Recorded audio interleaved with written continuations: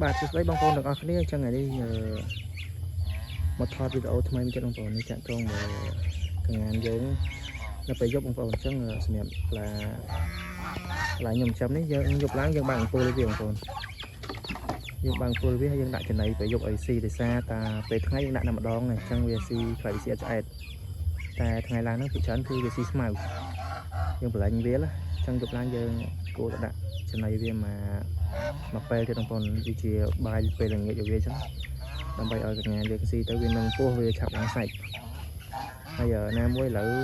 ភាសាមេឃពេលថ្ងៃក្តៅជាងយើងអត់អាចឲ្យវាស៊ីចំណីនៅពេលថ្ងៃនឹងច្រើនពេកវាអាចនឹងមានបញ្ហាដល់កញ្ញាយើងបងប្អូនអញ្ចឹងយប់ឡើងយើងដាក់ យើងបើកពូលមកហើយយើងដាក់ឲ្យកតុកលេងមួយចំណីតិចតួចហើយនឹងឲ្យជាពិសេសគឺស្រូវព្រោះខ្ញុំភ្លេចអាហ្នឹងវាធ្វើកញ្ញាយើងឡើងសាច់កញ្ញាយើងស៊ីទៅវាឆ្អែតនឹងពោះស្រួលហើយក៏យើងអត់ភ្លេចមួយទឹកស្អាតដាក់ឲ្យកូនកញ្ញាយើងផឹកព្រោះនេះយើងត្រូវមានអាងទឹកយើងក៏រៀបចំនឹងព្រោះនេះអាងទឹកយើងនេះទុកឲ្យវាលេងតែទឹកនេះអត់សូវស្អាតទេអញ្ចឹងយើងត្រូវដាក់ទឹកស្អាតមួយទៀតឲ្យវាផឹកទឹកនោះវាមានមេរោគមានលំមួកវានឹងអញ្ចឹងណាបងប្អូន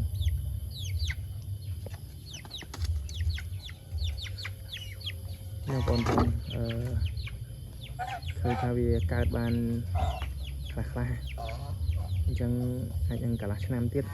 យើងនឹងដល់គោលដៅយើងបងប្អូនហើយយើងសំដោយកូនជ្រូកដង 2 ដង 3 ដង 2 ដង 3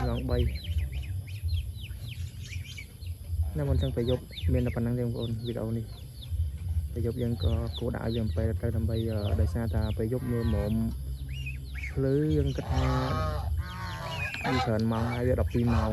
អញ្ចឹងយើងអត់ឲ្យវាស៊ីវាអាចនឹងហេវដែរបងប្អូនអញ្ចឹងដាក់មកស្នូកអីទៅវាស៊ីបានណា